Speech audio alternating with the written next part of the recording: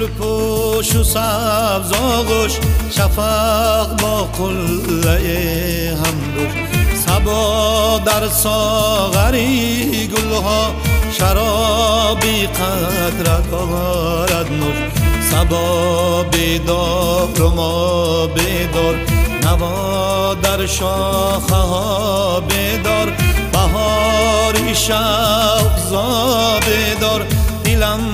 بانگیزد خاموش گلی زردال میریزد گلی زردال میریزد گلی زردال میریزد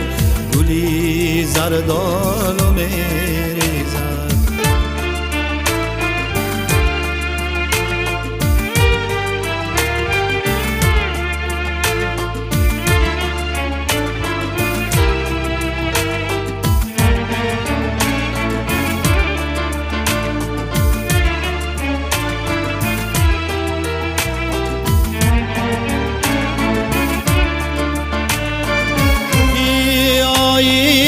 تر گشته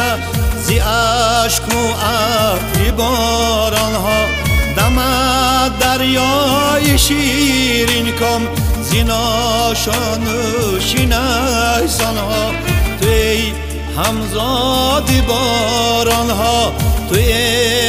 جادی نیسان ها بهاری تر پیام بر بگوشی جمله نیسان ها گلی زردال میریزد گلی زردال میریزد گلی زردال میریزد گلی زردال میریزد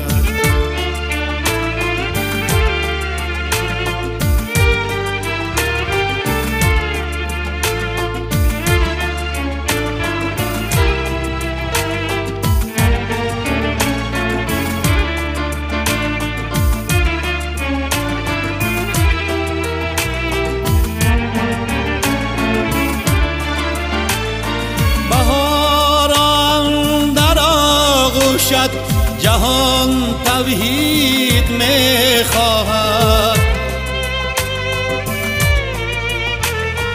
بزن بانگ بجامی دلی من عید می خواهد و برگی گرم خوابی گل تپیش هارخ دور دانه خداوندا تپیش دارد دلی به عشقی فرزانه خداوندا تپیش دارد دلی به عشقی فرزانه